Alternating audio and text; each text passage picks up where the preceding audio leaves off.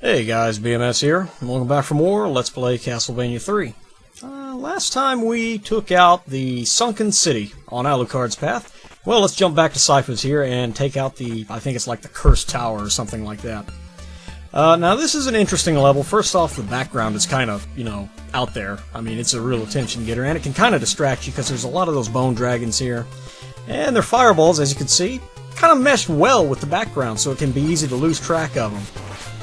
It also has a lot of those spinning platforms there, where if you jump on them, it'll flip over. Probably dump you down into a pit of death. Very bad, so keep on the lookout for that. Plus, there's a couple of sections like this right here, where you have to climb.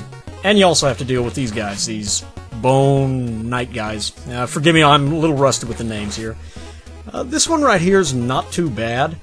The little bone dragons spawn a lot quicker on the second quest than they do normally. And I think it throws out 2 at a time, as you can see. Well, sometimes 3, but we won't get into that. Anyway, this room is easily dealt with.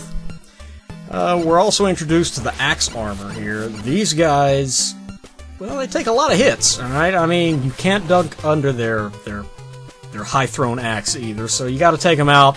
And it can get a little tricky, so you just gotta take your time and watch it which way they throw the axe. The big problem there is that if they throw another enemy in with those guys, it's going to be a real annoyance because you're going to have to dodge the axes, chip away at their health, and, worry about the other enemies. Very bad. Yes, another one of the climbing areas where the screen auto-scrolls. In fact, if I'm not mistaken, this is the first one we've encountered, so scratch that. Another one. This is an interesting little gimmick here. The screen suddenly jolts upward every, half second or so. And it reveals more and more of the path. You can go ahead and climb way up top. Like I said, once again, be careful, as with Stage 3, not to jump too high into the black area there, or it will actually kill you. But other than that, it's not too bad. Just make sure that you want to take your time unless you know where the enemies are. Because these rooms right here have a bad habit of, getting up the stairs, you think you're ahead of the game, and the screen will jolt up and spawn an enemy right on top of you. Very bad bombing, if I do say so myself. But this is kind of like an introductory to that, so it's not that bad. And once you make it up here, hey, we're good to go to the next area. Also take note that Sypha makes this a lot easier. Her spells, she can just destroy normal enemies and bosses too. So with Trevor, it's kind of, he's only got his whip and the sub-weapons if you care to get them. And it can make things difficult. Also down there below that platform on the bottom path to the far left, there's an extra life if you want it. Not really worth it in my opinion, but who knows. This one, like I said, the axe armor with the bats, although the bats don't spawn that fast, so it's not that bad. This is the biggest pain in the ass to deal with right here. This, of course, another climbing room, except the walls are lined with bone dragons.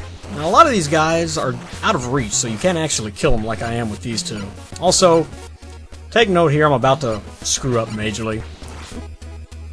Should have edited that out, yes, but I wanted to show how if you don't get your timing down just right when you're taking those guys out, you're gonna get fucked. Little trick to deal with those guys, though.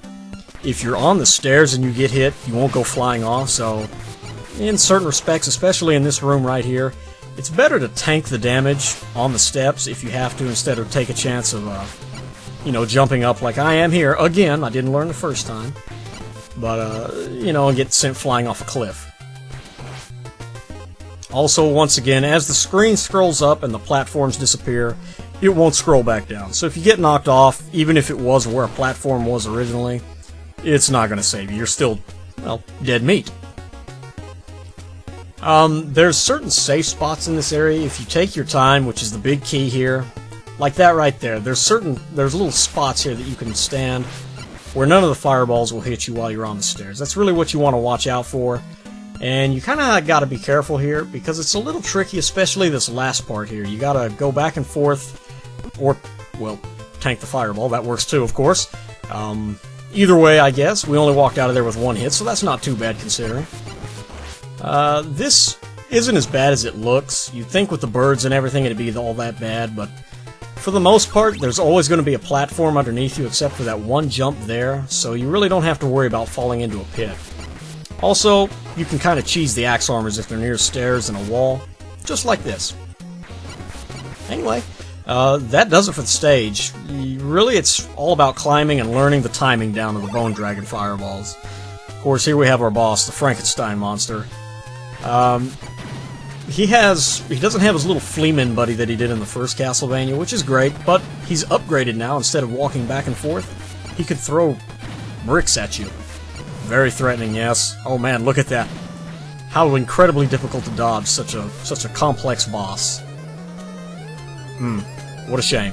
Anyway, that does it for this stage. Next up, we will tackle Alucard's alternate path to the Sunken City, which is basically a really short level with a cave.